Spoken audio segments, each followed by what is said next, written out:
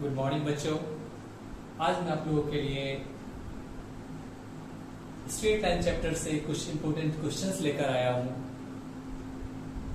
सबसे first question जो मैंने लिया है वो आपके एनसीईआरटी टेक्स्ट बुक के एक्सरसाइज 10.3 का क्वेश्चन नंबर 5 है। इस क्वेश्चन को पहले समझ लीजिए। Find the points on the x axis whose distances from the line x by 3 plus y by 4 equal to 1 are 4 units। पहले क्वेश्चन समझ लीजिए। आपको x एक्सिस पर एक पॉइंट फाइंड करना है, निकालना है, जहां से ये जो लाइन दिया हुआ है इस लाइन का डिस्टेंस 4 यूनिट है। दोबारा समझिए इसको। आपको x एक्सिस पर एक पॉइंट निकालना है जहां से इस लाइन का डिस्टेंस 4 यूनिट है। ठीक है, तो सबसे पहले मैं इस क्वेश्चन में जो चीज दिया हुआ है उसका एक रफ स्केच में आपको ड्रॉ करके दिखाता हूं। सपोज कीजिए ये आपका लाइन है जिस लाइन में क्वेश्चन दिया हुआ है, और ये मान लीजिए आपका एक्स एक्सिस है। This is x axis, x axis. आपको इस एक्स एक्सिस पर एक पॉइंट निकालना है, ठीक है, जहां से इस लाइन का डिस्टेंस का मतलब परपेंडिकुलर डिस्टेंस, ये डिस्टेंस हुआ परपेंडिकुलर डिस्टेंस। ये डिस्टेंस कितना है? 4 यूनिट है। सपोज कीजिए ये पॉइंट ए है और ये पॉइंट बी है, तो ए बी कितना है? 4 यूनिट है। तो आपके क्वेश्चन में जो गिवन लाइन है, जो लाइन दिया हुआ है, वो लाइन कौन सा है? x by 3 plus y by 4 equal to 1। आप इस 1 को लेफ्ट साइड में ले आइए तो आपका इक्वेशन बन जाएगा x by 3 plus y by 4 minus 1 equal to 0। आप चाहे तो इस इक्वेशन को आप जो हमारा स्ट्रेट लाइन का जनरल इक्वेशन होता है ax plus by plus c equal to 0, उस फॉर्म में आप चाहे तो इसको एक्सप्रेस कर सकते हैं। इसके लिए आपको 3 4 कैल्सियम ले लीजिए। 3 4 कैल्सियम एक्चुअली 12 होगा। 12 नाउ 3 से डिवाइड करने पर 4x प्लस यहाँ 3y हो जाएगा और ये -1 -12 हो जाएगा इक्वल टू 0। नाउ 12 को 0 की तरफ ले जाओगे, वो 0 से मल्टीप्लाई हो जाएगा जो कि 0 ही फाइनली हो जाएगा। तो आपका इक्वेशन बन गया 4x plus 3y minus 12 is equal to 0। और ये आपका लाइन, जो लाइन का जनरल फॉर्म इक्वेशन होता है, वो जनरल फॉर्म में आ गया ax plus by plus c equal to 0 की फॉर्म में। यहाँ पर a 4 है, b 3 है और c कितना है? -12 है। ठीक, अब आपको फाइंड क्या करना है? x एक्सिस पर एक पॉइंट फाइंड करना है। तो आप जानते हो x एक्सिस पर जो भी पॉइंट होते हैं उनका y कोऑर्डिनेट्स 0 होता है।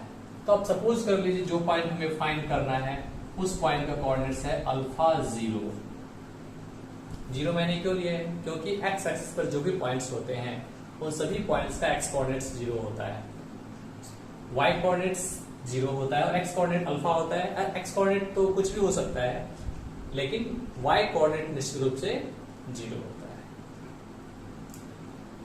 और ये लाइन, इस लाइन इक्वेशन को मैंने रिड्यूस कर दिया है। ये कौन सा बन गया है लाइन? ये लाइन आपका बन गया है 4x plus 3y minus 12 is equal to 0। और मैंने जस्ट प्रीवियस वीडियो में मैंने आपको सिखाया था किसी एक्सटर्नल पॉइंट से किसी गिवन लाइन पर जो लेंथ ऑफ परपेंडिकुलर होता है वो कैसे फाइंड करते हैं। तो यहाँ पर हमें वही लेंथ ऑफ परपेंडिकुलर फॉर्मूला यहाँ पर यूज करना पड़ेगा। ठीक है, हम लोग एज्यूम कर लेते हैं let the required point B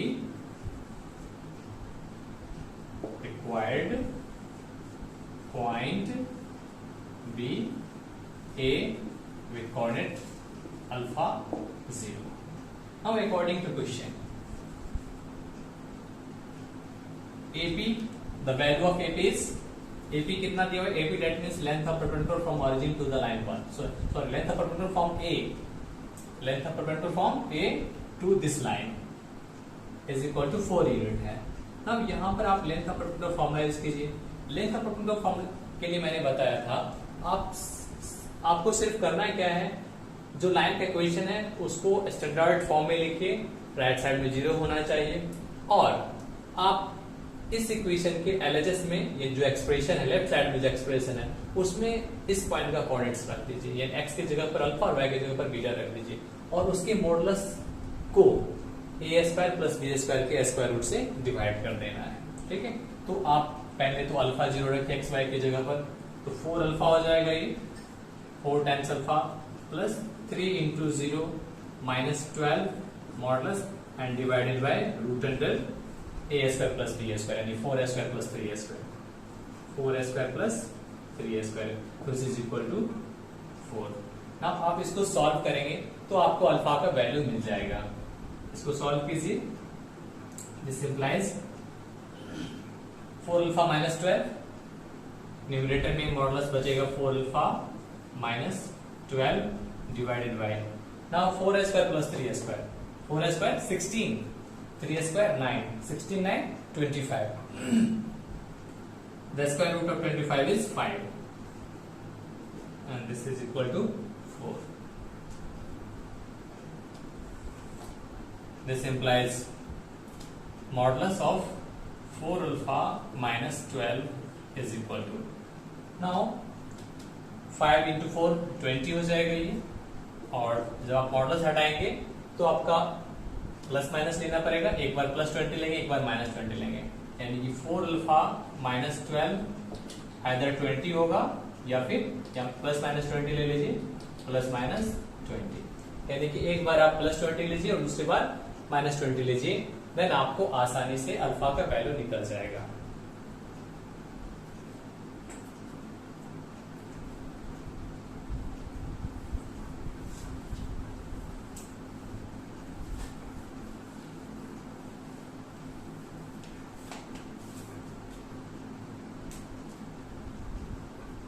दो केस यहां लीजिए, this implies either 4 alpha minus 12 equal to 20 और 4 alpha minus 12 equal to minus 20।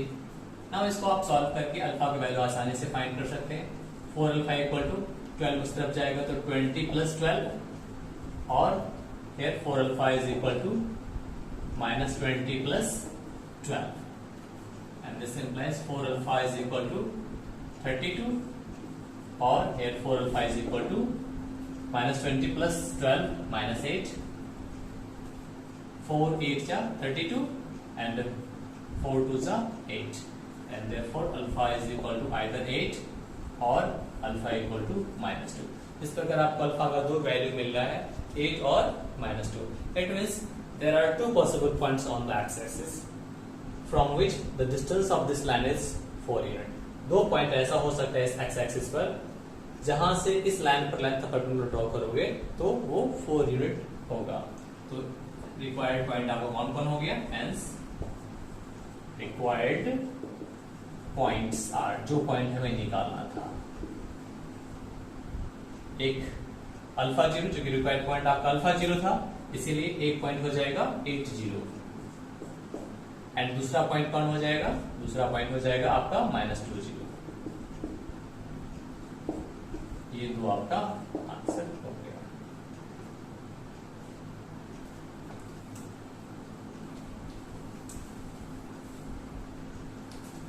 ठीक है, तो इस क्वेश्चन को समझने में यदि कोई भी प्रॉब्लम हो तो इसको आप दोबारा रिप्ले करके देखिए।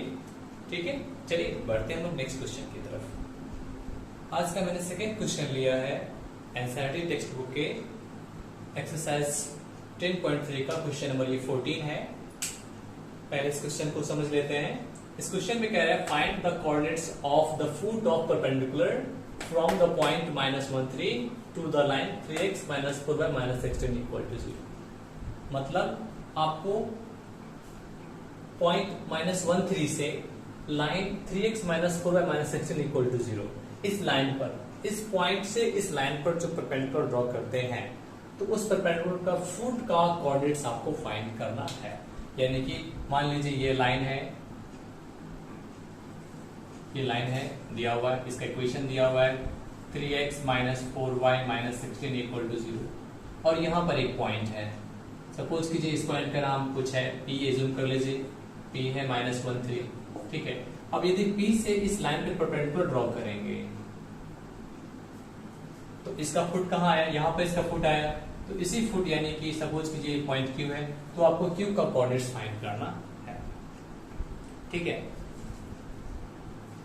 यहाँ पर जो गिवन लाइन है, पहले गिवन लाइन लिखेंगे। गिवन लाइन का इक्वेशन है आपका 3x - 4y - 16 is equal to 0। This is line number 1। Assume कर लीजिए जो पॉइंट दिया हुआ है उसका कोऑर्डिनेट्स P है, वो P है -1 3 जिसका कोऑर्डिनेट्स है, एंड मैंने ड्रॉ किया है यहाँ पर PQ perpendicular to the line 1, and what we have to find? We have to find the coordinates of point Q। हमें क्या करना है, Q का कोऑर्डिनेट्स फाइंड करना है। तो चलिए हम लोग Q का कोऑर्डिनेट्स भी एज्यूम कर लेते हैं। Let us consider the coordinates of point Q be alpha beta. मैंने alpha beta point Q coordinates मैंने एज्यूम कर लिया। इस पॉइंट का कोऑर्डिनेट्स कितना मैंने ले लिया, अल्फा बीटा, ठीक है। नाउ अल्फा बीटा जो है ये इस लाइन पर है, लाइन 1 पर, तो निश्चित रूप से लाइन 1 की इक्वेशन को स्पेसिफाई करेगा। Since point Q alpha beta lies on the line 1 and therefore the coordinates of this point must satisfy the equation of the line। तो अल्फा बीटा ये x का वैल्यू अल्फा, y का value beta, ये equation 1 को satisfy करेगा। तो रख दीजिए x का वैल्यू अल्फा, y का वैल्यू बीटा, तो क्या बन जाएगा आपका 3 alpha - 4 beta - 16 is equal to 0। चलिए मैं इसको इक्वेशन नंबर 2 एज्यूम कर लेता हूं, ठीक है। नाउ अब हमें अल्फा बीटा में, चूंकि हमें अल्फा बीटा का वैल्यू निकालना है और हमें अल्फा बीटा में एक रिलेशन मिल चुका है, अब हमें अल्फा बीटा में एक और रिलेशन चाहिए ताकि हम उन दोनों इक्वेशन को सॉल्व करके अल्फा और बीटा दोनों का वैल्यू निकाल सके। तो दूसरा रिलेशन लाने के लिए हम लोग, चूंकि ये PQ और ये लाइन, जैसे लाइन 1, ये दोनों आपस में परपेंडिकुलर है और आप जानते हो दो परपेंडिकुलर लाइंस के स्लोप का प्रोडक्ट -1 होता है। तो यदि हम इन दोनों का स्लोप निकालना है, इसका स्लोप आसानी से निकाल सकते हो 2 पॉइंट फॉर्म में। अब चूंकि 2 पॉइंट को ज्वाइन करना, इनका स्लोप क्या होता है, difference of y coordinate bye difference of x coordinate, same order में। तो इसकी हेल्प से PQ का स्लोप निकालेंगे। और ये जो लाइन है इसके स्लोप का फॉर्मूला क्या होता है, इसके स्लोप का फॉर्मूला होता है -a/b। इसके स्लोप का फॉर्मूला क्या होता है, -a/b, m = -a/b। ये तो इसके हेल्प से ये लाइन 1 का स्लोप निकल जाएगा। और y2 - y1 by x2 - x1 ये होता है 2 पॉइंट को ज्वाइन करने वाला लाइन का स्लोप, तो उसके हेल्प से PQ का स्लोप निकल जाएगा। और चूंकि दोनों परपेंडिकुलर है तो दोनों का स्लोप का प्रोडक्ट -1 होगा और उसके हेल्प से हमें एक और इक्वेशन मिल जाएगा अल्फा बीटा में। नाउ वो इक्वेशन और ये इक्वेशन नंबर 2 दोनों को सॉल्व करके हम लोग अल्फा बीटा का वैल्यू निकाल सकते हैं। तो चलिए सबसे पहले हम निकालते हैं slope of line PQ। Now slope of line PQ, चलिए इसको मैं m1 लेता हूं। तो m1 क्या हो जाएगा, फॉर्मूला में पहले लिखता हूं डिफरेंस ऑफ y कोऑर्डिनेट यानी कि y2 - y1 by x2 - x1। ये दो पॉइंट x1 y1 और x2 y2, इन दोनों पॉइंट को ज्वाइन करने वाले लाइन का स्लोप का फॉर्मूला है ये। तो जो आप इसको इसमें पुट करेंगे y2 - y1 ले लीजिए, बीटा -3 बाय अल्फा -1। अल्फा -1 यानी कि माइनस इंटू माइनस प्लस होता है, तो अल्फा +1 हो जाएगा, यानी आपको m1 एक लाइन का स्लोप यानी PQ का स्लोप मिल गया आपको।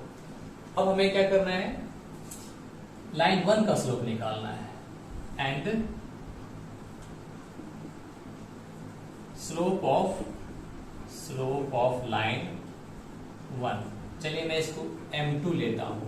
तो चूंकि हमें इस लाइन का इक्वेशन मालूम है और यदि लाइन का इक्वेशन मालूम होता है तो उसके स्लोप के लिए कौन सा फॉर्मूला यूज करेंगे, -a/b। -a/b means minus coefficient of x bye coefficient of y।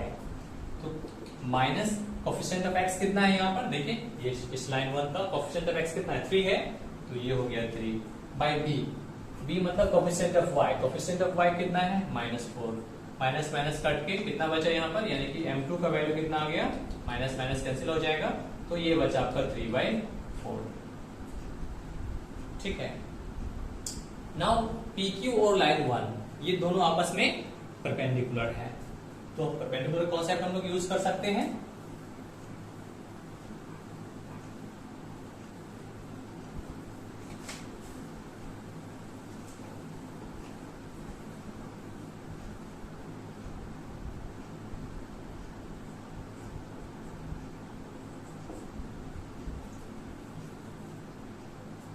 Since PQ is perpendicular to line 1 and therefore the slope of these two lines, इन दोनों लाइन के स्लोप का प्रोडक्ट निश्चित रूप से -1 होगा। It means m1 into m2 is equal to -1। Now what is the value of m1? m1 is beta minus 3 by alpha plus 1 into the value of m2 is 3/4 is equal to -1। Now simplify this, इसको simplify कीजिएगा तो आपको alpha और beta में एक और equation मिल जाएगा। आप इसको मल्टीप्लाई कर दीजिए 3 से, 3 इंटू बीटा -9 और इसको 4 से, 4 into alpha plus 4 equal to -1। This implies, now इसको राइट साइड में, इस डिनोमिनेटर को राइट साइड में ले जाएंगे तो -1 से वो मल्टीप्लाई हो जाएगा। 3 बीटा -9 इज इक्वल टू -1 से मल्टीप्लाई करोगे तो -4 अल्फा -4 हो जाएगा। नाउ सभी को आप लेफ्ट साइड में ले आओ तो आपका -4 अल्फा इस तरफ आके +4 अल्फा हो गया। 3 बीटा लेफ्ट में पहले से ही है और ये -4 इस तरफ आएगा तो +4, 4 -9। Now what is the value of 4 -9? 4 -9 is -5 equal to 0 and this is equation number 3। Now equation 2 नीचे है। ठीक है। नाउ इन दोनों इक्वेशन को आपको क्या करना है, सॉल्व करना है और इन दोनों इक्वेशन को सॉल्व करके आप आसानी से अल्फा और बीटा का वैल्यू निकाल सकते हो। यहाँ पर आप इन दोनों इक्वेशन को सॉल्व करने के लिए कोई भी मेथड आप यूज कर सकते हो। जनरली आप इलिमिनेशन मेथड यूज करते हैं इसको सॉल्व करने के लिए। तो इलिमिनेशन मेथड से इसको सॉल्व करने के लिए सिंपली कोई एक अल्फा या बीटा कोएफिशिएंट इक्वल करना पड़ता है। तो जैसे यहाँ 3 बीटा है, यहाँ पर 4 बीटा है। यदि आप इसको इस इक्वेशन को 4 से मल्टीप्लाई कर दोगे तो ये भी 12 हो जाएगा और इसको 3 से मल्टीप्लाई करोगे तो ये भी 12 हो जाएगा। यहाँ +12, यहाँ -12 दोनों के लिए ऐड करोगे तो बीटा कट के आपको अल्फा का वैल्यू मिल जाएगा और यदि अल्फा का वैल्यू मिल गया तो अगेन किसी एक इक्वेशन से आप बीटा का वैल्यू निकाल सकते हैं। ठीक है। तो हम लोग क्या करते हैं, पहले इन दोनों इक्वेशन को सॉल्व करते हैं। सॉल्व कैसे करेंगे? इलिमिनेशन मेथड से सॉल्व करते हैं।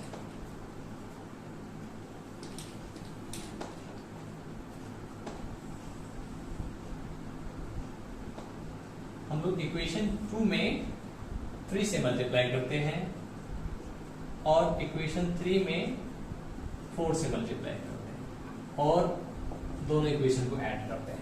तो पहले इक्वेशन 2 हमारा ये, इसको 3 से मल्टीप्लाई करेंगे 3 3 जा 9 अल्फा, ये इसको 3 से मल्टीप्लाई करोगे 3 4 जा 12 बीटा और 16 3 जा -48 इक्वल टू 0 एंड इक्वेशन 3 को 4 से मल्टीप्लाई करेंगे 4 4 जा 16 अल्फा प्लस 4 3 जा 12 बीटा और यहाँ माइनस है तो माइनस लीजिए 4 5 जा 20 इज इक्वल टू 0। नाउ दोनों को ऐड करना है, ऐड कर दीजिए। ये +12 बीटा -12 बीटा कैंसिल हो गया। 9 अल्फा एंड 16 अल्फा, 9 16 25 अल्फा और -48 एंड -20 कितना हो गया ये -68 इक्वल टू 0।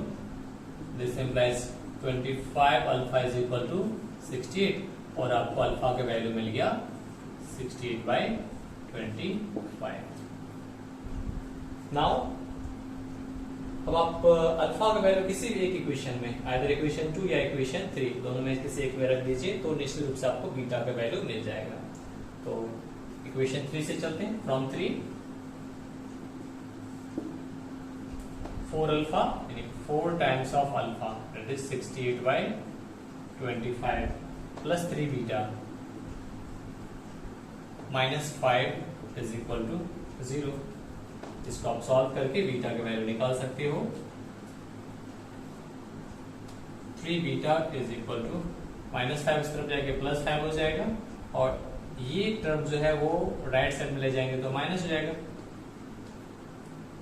8 4 जा 32 और 6 4 जा 24 और 24 3 27 by 25 and this is equal to 25 comes 125 minus 272 by 25 and this implies 3 beta is equal to, subtraction कीजिए, माइनस में आएगा आपका 12 minus 5 7 6 minus 2 4 and 2 minus 1 147 by 25. Now 3 से 147 कट हो सकता है, 3 से कट कीजिए इसको, 3 4 जा 12 और ये 27 बचा, 3 9 जा 27 and therefore the value of beta is equal to minus 49 by 25. इस प्रकार आपको जो रिक्वायर्ड पॉइंट मिला वो कौन सा मिला? Hence the required point is, hence the required point is, आपने जो पॉइंट जो निकालना था वो तो अल्फा बीटा लिया था, तो अल्फा बीटा का कोऑर्डिनेट्स आपको आ गया 16 by 25 x coordinate and y coordinate minus 49 by 25 and this is the answer. आज का हमारा अंतिम क्वेश्चन है एनसीईआरटी टेक्स्ट बुक के एक्सरसाइज 10.3 का क्वेश्चन नंबर 16। इस क्वेश्चन को जरा समझ लेते हैं। If P and Q are length of perpendicular from origin to the lines x cos theta minus y sin theta equal to k cos 2 theta and x sec theta plus y cos sec theta equal to k respectively, then we have to prove that p square plus 4q square equal to k square। यानी कि आपको दो line का equation दिया हुआ है। एक देखिए, एक फर्स्ट लाइन ये है x cos theta minus y sin theta equal to k cos 2 theta, and एक दूसरा लाइन है x sec theta plus y cos sec theta is equal to k। अब इन दोनों लाइन पर ऑरिजिन से लेंथ ऑफ परपेंडिकुलर दिया हुआ है p। फर्स्ट लाइन पर ऑरिजिन से लेंथ ऑफ परपेंडिकुलर p है और सेकेंड लाइन पर ऑरिजिन से लेंथ ऑफ परपेंडिकुलर q है। देन आपको प्रूफ करना है ये चीज, P square plus 4q square equal to k square. I hope आपको क्वेश्चन समझ में आ गया होगा। दो लाइन के इक्वेशन दिए हुए हैं, इन दोनों लाइन पर ऑरिजिन से लेंथ ऑफ परपेंडिकुलर भी दिया हुआ है p एंड q। देन आपको प्रूफ करना है p square plus 4q square equal to k square. ठीक है, तो यहाँ पर हम लोग जो फॉर्मूला यूज करने वाले हैं वो formula length of perpendicular from origin वाला हम लोग फॉर्मूला यूज करेंगे, जो कि होता है mod c by root under a square plus b square. इसको आप नोट कर सकते हैं। एक फॉर्मूला है length of perpendicular from origin to the line ax plus by plus c equal to 0 is mod c by root under a square plus b square। ये formula भी उसी फॉर्मूला से आया है, length of perpendicular from an external point two A given line से आया है, क्योंकि आपको ओरिजिन का कोऑर्डिनेट्स होता है 0 0। ठीक है, तो 0 0 से इस लाइन पर यदि लेंथ ऑफ परपेंडिकुलर निकालना है तो इसके लेफ्ट साइड में यानी कि ax plus b plus c जो एक्सप्रेशन है, इस एक्सप्रेशन में x y की जगह पर 0 0 रख दोगे तो 0 0 सिर्फ c बचेगा, तो modulus of c divided by निश्चित रूप से a square plus b square के स्क्वायर रूट से ही डिवाइड करते हैं। ठीक है, तो ये फॉर्मूला हम लोग यूज करने वाले हैं, length of perpendicular from origin. इसको नोट कर लीजिए, mod c by root under a square plus b square. मैं इसको इरेज करता हूं अभी।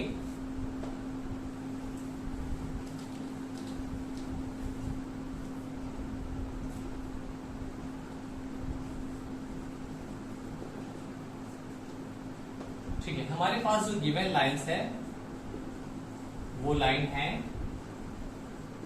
Given lines are the first line is x cos theta minus y sin theta, और यदि k cos 2 थीटा जो राइट साइड में है, मैं इसको भी लेफ्ट पे ले आता हूं, तो ये आ जाएगा minus k cos twice theta equal to 0. This is line number 1. And the second line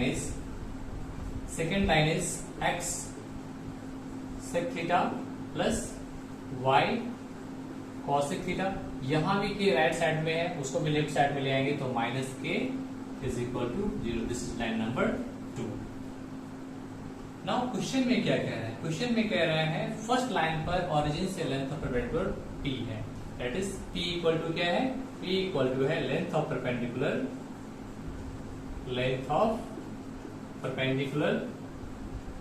from origin to the line 1. और अभी तुरंत मैंने बताया length of perpendicular from origin का formula mod c by mod c. क्या मैंने बताया था? Mod c by root under a square plus b square. यहां पर c मतलब कांस्टेंट टर्म, a और b coefficient of x and y. तो यहां पर a कितना है? cos theta. b कितना है? Minus sine theta. और c कितना है? Minus k cos 2 theta. रख दीजिए c की जगह पर minus k cos twice theta and divided by root under a square, यानी कि cos थीटा का स्क्वायर, जो कि हो जाएगा cos square theta plus minus sine theta का स्क्वायर. माइनस साइन थीटा का स्क्वायर क्या होगा? माइनस साइन थीटा का स्क्वायर माइनस साइन थीटा का स्क्वायर, जो कि माइनस का स्क्वायर तो प्लस ही होता है ना, तो सिर्फ ये साइन स्क्वायर थीटा होगा. And sign square theta plus cos square theta निश्चित रूप से 1 हो जाता है. तो आपको यहाँ पर p का वैल्यू आ गया. देयरफॉर p इक्वल टू, और मॉड के अंदर नेगेटिव, मॉड के अंदर जो माइनस है उसको आप हटा भी सकते हो. Modulus of k cos twice theta, क्योंकि नीचे में cos square theta plus sine square theta है, जो कि 1 होता है, एंड 1 का स्क्वायर रूट भी 1 ही होता है. तो आपको p का वैल्यू क्या आ गया? Modulus of k cos 2 theta. ठीक है, तो चलिए आपको ये p का वैल्यू आ गया, इसको आप रिज्यूम कर सकते हो number 3. In the similar manner, इसी प्रकार आप ओरिजिन से लाइन 2 पर लेंथ ऑफ परपेंडिकुलर भी निकाल सकते हो, जो कि वो है q है. ठीक है,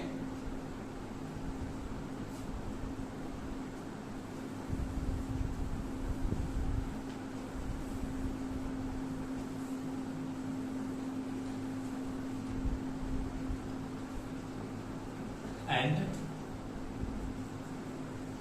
q क्या है? q is the length of perpendicular, the length of perpendicular from origin to the line 2. So q equal to, therefore this implies q equal to, again mod c by root raised to plus b square होता है. तो यहाँ तो x a है sec theta, b हो जाएगा cosec theta और c होगा माइनस k. तो माइनस k का mod, modulus of minus k by root under sec square theta plus cosec square theta. Now this is equal to modulus of minus k को mod k आप लिख सकते हो divided by. Now सेक और cosec दोनों को आप साइन कॉस में कन्वर्ट कीजिए, तो ये आपका क्या बन जाएगा? सेक स्क्वायर थीटा होगा 1 बाय कॉस स्क्वायर थीटा, और कॉसेक स्क्वायर थीटा क्या बन जाएगा? 1 by sine square theta.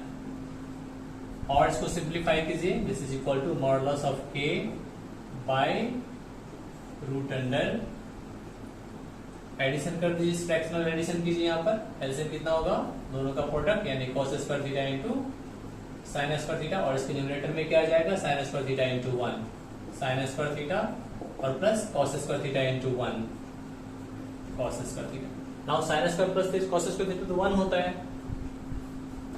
This implies the value of k is equal to modulus of k by square root of 1 bye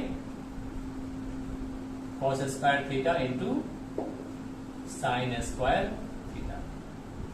This is equal to अब square root 1 का square root तो 1 ही होता है, और नीचे में जो दोनों प्रोडक्ट है ये दोनों तो स्क्वायर है, तो उसका भी स्क्वायर रूट में दोनों का स्क्वायर खत्म हो जाएगा।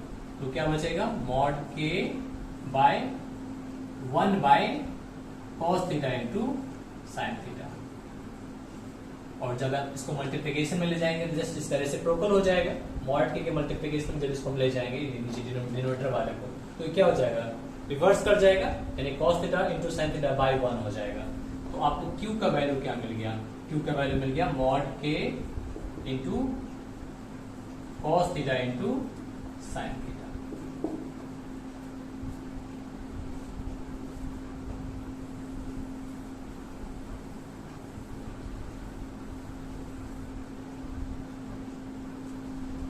नाउ आप ट्राइमेट्री में मल्टीपल एंगल में एक फॉर्मूला पढ़े थे, twice of sine theta into cos theta is equal to क्या होता है, साइन ट्वाइस थीटा।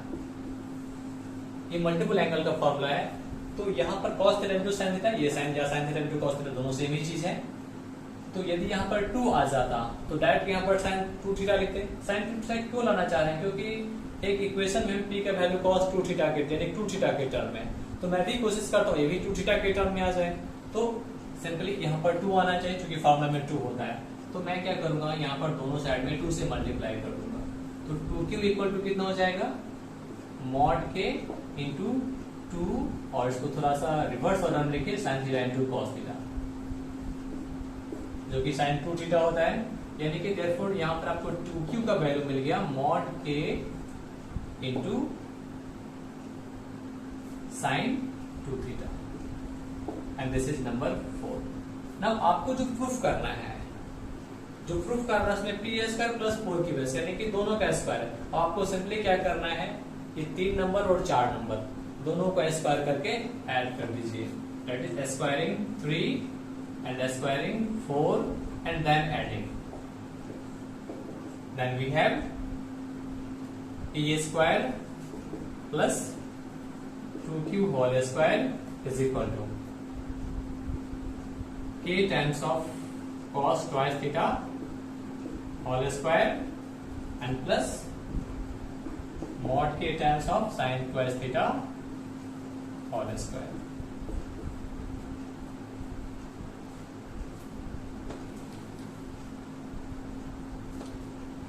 लेफ्ट में आपका आ गया P square plus 2q whole square, 2 का स्क्वायर तो 4 होता है, तो 4 टाइम्स ऑफ q स्क्वायर हो गया ये।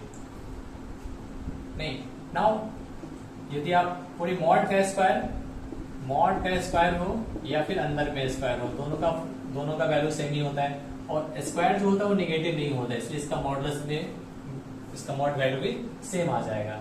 यानी कि इसको आप लिख सकते हो simply k square cos square 2 theta, और यहाँ भी k square sine square 2 theta. अब दोनों में से k स्क्वायर आप कॉमन कर लीजिए, P square plus 4q square is equal to k square common करोगे तो क्या बचेगा, cos square 2 theta plus sine square 2 theta.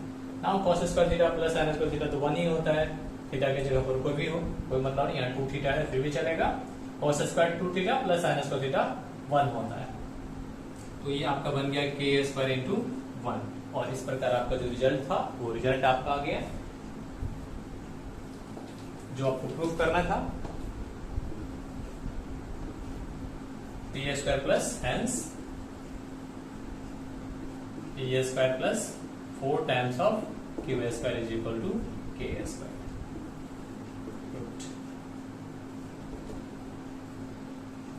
Okay, तो इन सारे क्वेश्चंस को आप रिवीजन कीजिएगा। यदि आपको ये ना समझ में आए, कहीं भी दिक्कत हो समझने में, तो आप दोबारा इसे देखेंगे तो आपको निश्चित समझ में आएगा। तो फिर हम अगले वीडियो में हम लोग देखेंगे मिसलेनियस के कुछ एग्जांपल्स एंड कुछ क्वेश्चंस को देखेंगे। तब तक के लिए बाय बाय।